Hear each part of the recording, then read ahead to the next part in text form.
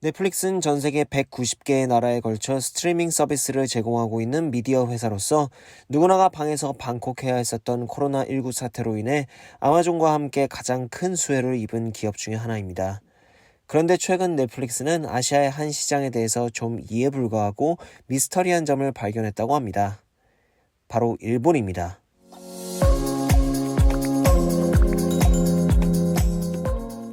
누구나가 시작은 항상 미약한 법인 것 같습니다. 1997년 넷플릭스는 영어 대여 서비스로 험난한 비즈니스 세계에 그 첫 발을 내디뎠습니다. 지금의 미디어 거인이 된 모습을 생각해보면 참 겸손한 시작이 아닐 수 없습니다. 2007년부터 인터넷 스트리밍 서비스업의 무한한 가능성을 알아본 넷플릭스는 그때부터 현재 우리가 알고 있는 해당 회사의 본업인 스트리밍 서비스를 시작했습니다. 2010년부터는 전 세계로 그 사업 영역을 확장하기에 이르렀고 이듬해인 2011년에는 세계적으로 2,600만 명의 구독자를 확보하였습니다. 사세는 점점 확장되어 2021년 3분기에만 400만 명의 구독자를 끌어모으며 2021년 11월 현재 기준으로 2억 1,400만 명의 구독자를 자랑하고 있습니다. 특히 넷플릭스는 코로나19로 인해 그 영향력이 막강해진 매체입니다. 그 이유는 굳이 설명하지 않아도 될 듯합니다. 넷플릭스에게 아시아 시장은 매우 중요합니다.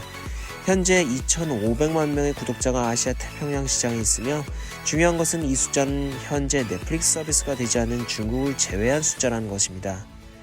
한편 일본은 넷플릭스에게 있어서 그 사세를 확장해 가기 좀처럼 쉽지 않은 시장이라고 합니다. 우리나라의 콘텐츠가 전 세계를 홀리고 있으며 한국에서 380만 명의 구독자와 함께 한국 콘텐츠 투자에 진심을 보인 넷플릭스지만 어떤 이유에서인지 넷플릭스는 일본의 구독자 숫자는 공개하지 않고 있습니다. 다만 일본에서의 성적은 그리 주목할 만하지 않다고 언지를 남기는 정도일 뿐입니다.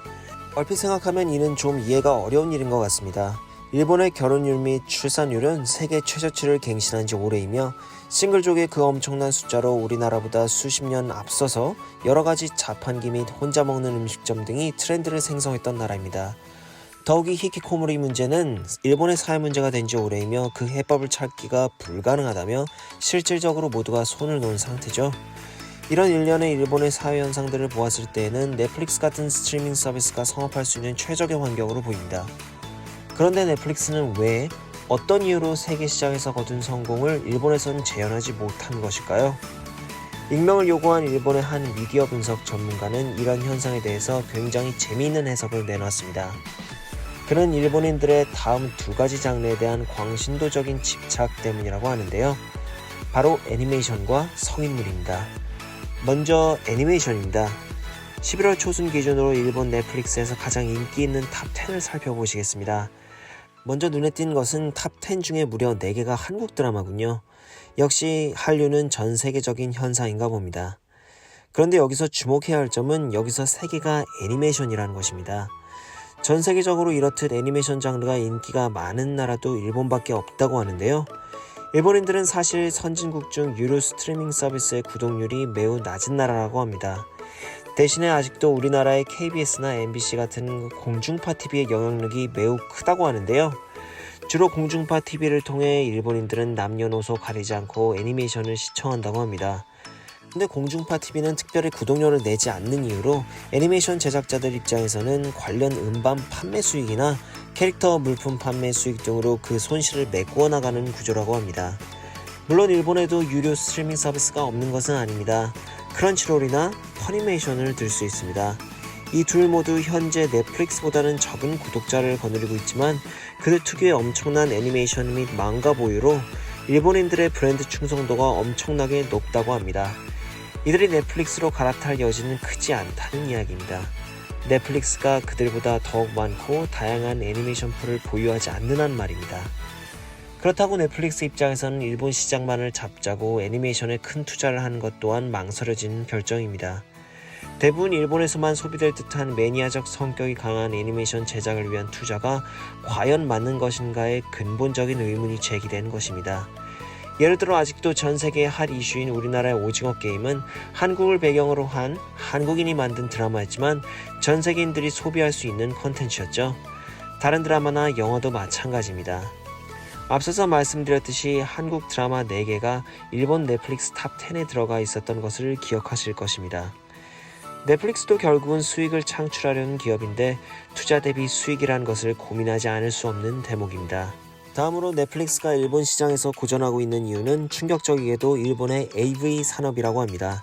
참고로 AV는 애덜트 비디오의 약자입니다. 일본의 AV 시장은 어마어마합니다. 현재 비공식적인 추산으로 일본의 여성 AV 배우는 무려 10만 명이 넘는다고 합니다.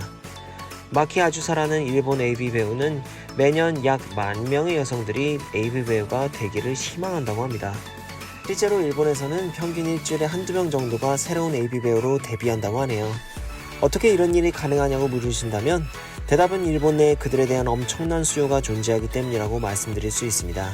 한 일본 AV 산업 관계자의 말을 빌리면 일본 성인물은 서양의 그것과는 달리 대부분 일반인처럼 생긴 혹은 실제 일반인 남자 배우가 나와서 연기를 하기 때문에 좀 더 현실적이고 그들의 연기 또한 섬세해서 많은 매니아층을 보유하고 있다고 하더군요. 일본 성인물만의 강점이 나름의 매니아층을 형성하고 있다는 이야기로 들립니다. 여러분께서는 인터넷의 발달로 많은 성인물이 무료가 된 세상에서 이것이 넷플릭스와 무슨 관련이 있지라고 하실 수도 있습니다.